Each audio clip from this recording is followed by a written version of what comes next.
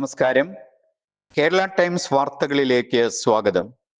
Thrissur കൊങ്ങാമ്പാറയിൽ വൈദ്യുതാഘാതമേറ്റ് 8ാം class വിദ്യാർത്ഥി മരിച്ചു.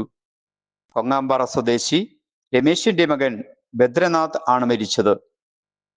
തിങ്കളാഴ്ച രാത്രിയായിരുന്നു ദാരുണമായ സംഭവം. വീടിന്റെ മുറ്റത്ത് കൂട്ടുകാരൊപ്പം ഫുട്ബോൾ കളിക്കുന്നതിനിടെയാണ് മെയിൻ സ്വിച്ചിന് സമീപമുണ്ടായിരുന്ന എർത്ത് കമ്പിയിൽ നിന്ന് ബദ്രനാഥിന് വൈദ്യുതാഘാതമേറ്റത്. ഉടൻ തന്നെ തൃശൂരിലെ ജൂബിലി മിഷൻ ആശുപത്രിയിൽ എത്തിച്ചുവെങ്കിലും ജീവൻ രക്ഷിക്കാനായില്ല.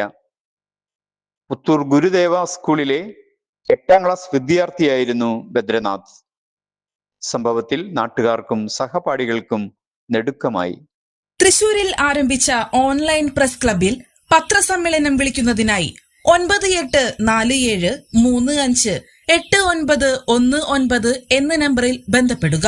നിങ്ങളുടെ നാട്ടിലെ വിശേഷം ഓൺലൈൻ വാർത്തകളിലൂടെ നിമിഷനേരം കൊണ്ട് ജനഹൃദയങ്ങളിൽ എത്തിക്കാൻ ഓൺലൈൻ പ്രസ് ക്ലബ് നിങ്ങളെ സഹായിക്കുന്നു.